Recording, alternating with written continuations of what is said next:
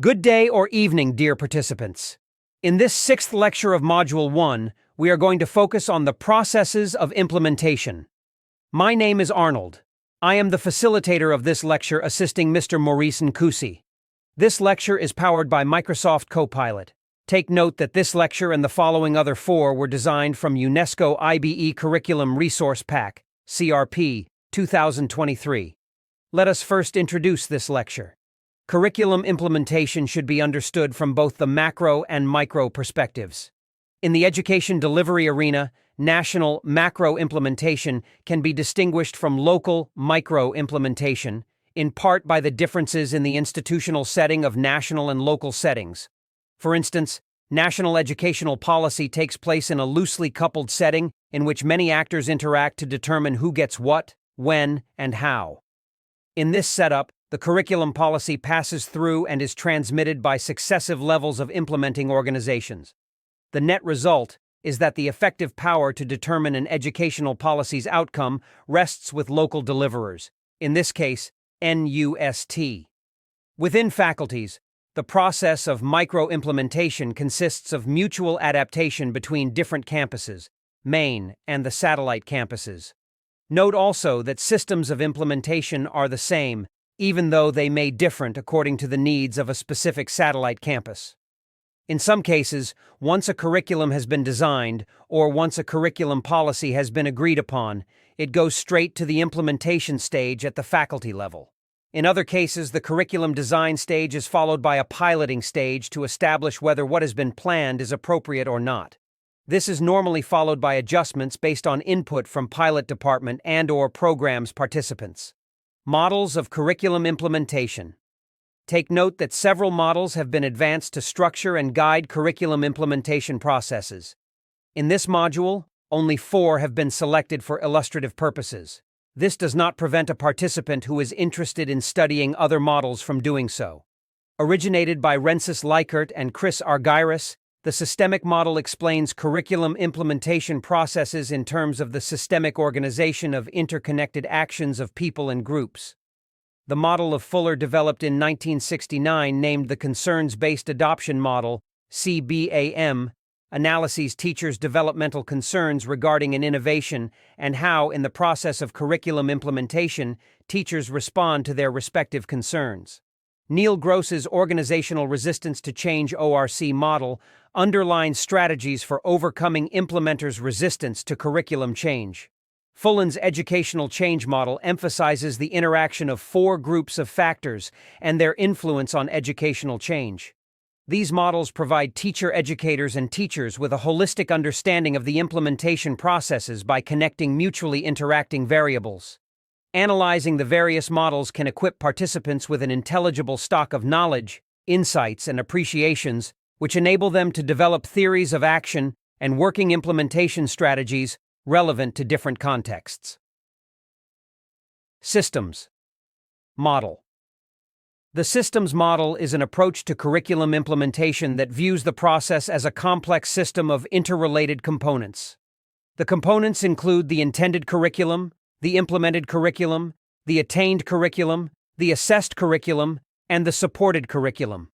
The model emphasizes the need for alignment and feedback among these components, as well as the influence of external factors such as context, resources, stakeholders, and policies. The systems model can help educators and teachers identify the gaps and challenges that may arise during curriculum implementation and evaluate the effectiveness and impact of the curriculum on student learning outcomes. Therefore, this model stresses the importance of systemic interconnected actions of people and groups, whereby the work of higher-level administrative or curriculum teams affects that of lower-level professional teams through overlapping linkages. The actions of linking people at various levels of the education system strongly influence the behaviors and attitudes of all participants in effectuating educational change. Educational change leaders adopting this model value the concept of organizational learning among teachers working in collaborative teams through single loops and double loops, a self-regulating error detection and correction mechanism.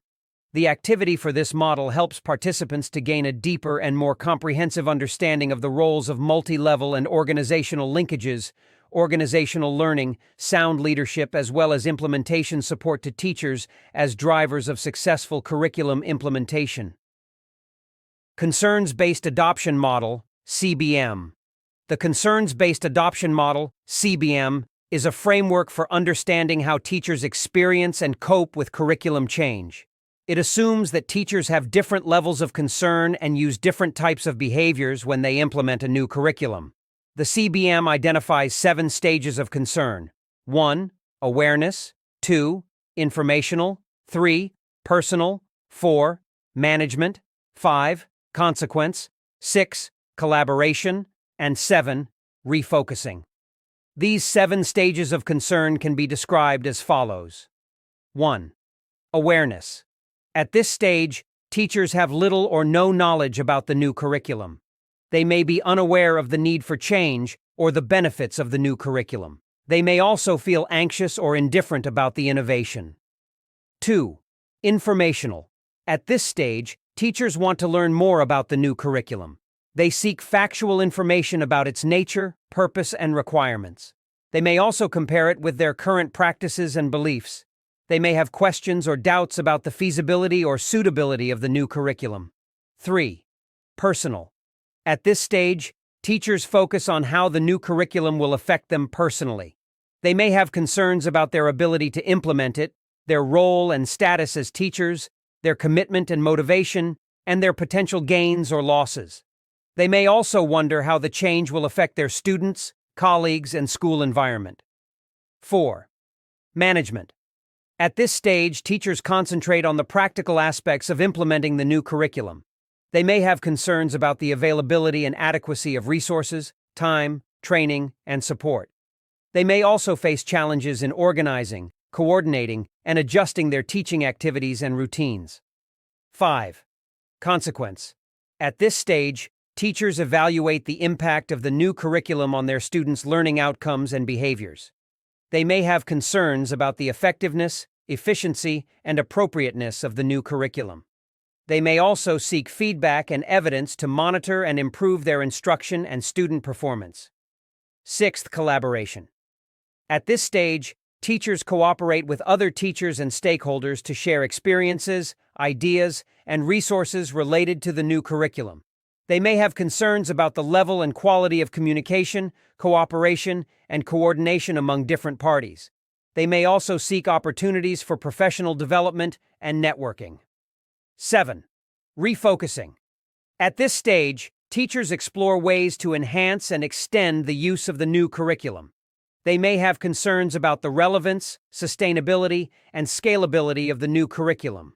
They may also propose modifications, adaptations, or alternatives to the new curriculum based on their own needs and insights. In addition, the CBM model had initially 6 levels, old model of use, but an additional 2 emerged, the last 2 levels. They are now 8 levels in the updated CBAM model. These levels are 1. Non-use, 2. Orientation, 3. Preparation, 4. Mechanical, 5. Routine, 6. Refinement, 7. Integration, and 8. Renewal. These 6 levels can be described as follows. 1. Non-use. At this level, teachers do not use the new curriculum at all. They may be unaware of it, resistant to it, or unable to access it. They may also have problems or barriers that prevent them from using it. 2nd, orientation. At this level, teachers acquire basic knowledge and skills related to the new curriculum. They may attend workshops, read manuals, or observe demonstrations. They may also form initial impressions and expectations about the new curriculum. 3. Preparation. At this level, teachers plan and prepare for using the new curriculum in their classrooms. They may design lesson plans, gather materials, or arrange facilities. They may also anticipate potential difficulties and solutions. 4. Mechanical. At this level, teachers use the new curriculum in a rigid and superficial way. They may follow prescribed procedures, rules, or scripts. They may also focus on technical issues rather than student learning. 5. Routine. At this level, teachers use the new curriculum in a consistent and comfortable way. They may integrate it with their existing practices, routines, and beliefs. They may also make minor adjustments and refinements based on their experience and feedback. Sixth, refinement. At this level, teachers use the new curriculum in a flexible and creative way. They may adapt it to suit different contexts, students, and goals. They may also experiment with new strategies and methods to enhance student learning. 7. Integration. At this level, teachers use the new curriculum in collaboration with other teachers and stakeholders. They may coordinate their efforts, share their resources, and learn from each other. They may also contribute to the collective improvement and innovation of the new curriculum. 8. Renewal. At this level, teachers use the new curriculum as a basis for continuous learning and growth. They may evaluate their own practices, seek new information and ideas, and initiate change. They may also participate in research, advocacy, and leadership related to the new curriculum.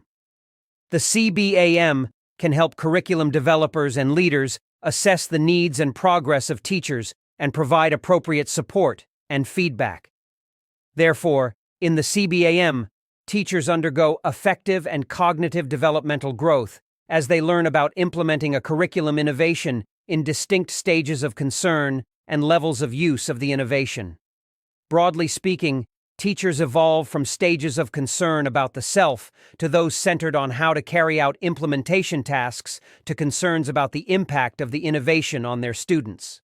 For example, in the personal stage, a teacher wants to know how the change will affect him/her personally in his/her job, and upon evolving to the management concern, one becomes preoccupied with strategies for organizing and managing the teaching of the innovation.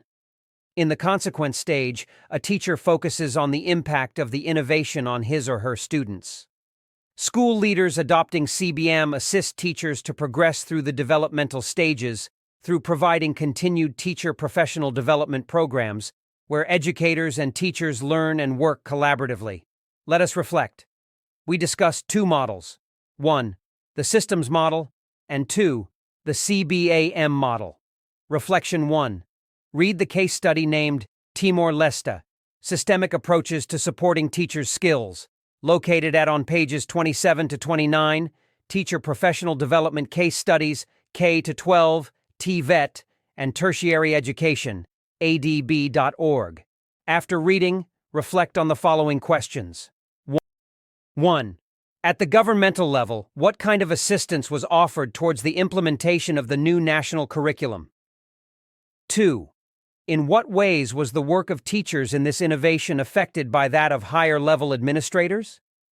Reflection 2. Read the case study. The Concerns-Based Adoption Model and Strategic Plan. Evaluation. Multiple methodologies to understand complex change. Found at Eric File's website. Click on the following link to download it.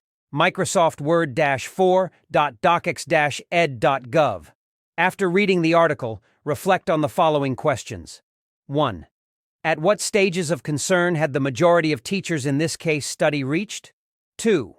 What do you think educational change leaders could do to assist these teachers to progress to higher stages of concern? Reflect in writing on these 4 questions using the Gibbs Reflective Cycle Guide, which will be shared with you in this module. Compile your reflection in the e-journal available within the e-learning platform in use in this self-paced online course. Share your reflections with your colleagues at work, and also share them on the community of practice space, which will be shared with you. In conclusion, this lecture highlighted the processes of curriculum implementation from both macro and micro perspectives.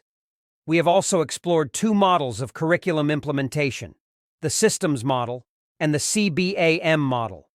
These models can help us understand the complexity and dynamics of curriculum change and the roles and challenges of different stakeholders. We have also reflected on some case studies that illustrate how these models can be applied in different contexts. In the next lecture, we will discuss the other model related to overcoming resistance to change, ORC. And later, we will discuss the factors that affect curriculum implementation and how to address them. If you have any questions or challenges, please use the discussion forum named Questions and Answers of Module 1 to ask questions and answer other participants' questions as well. Thank you for your attention.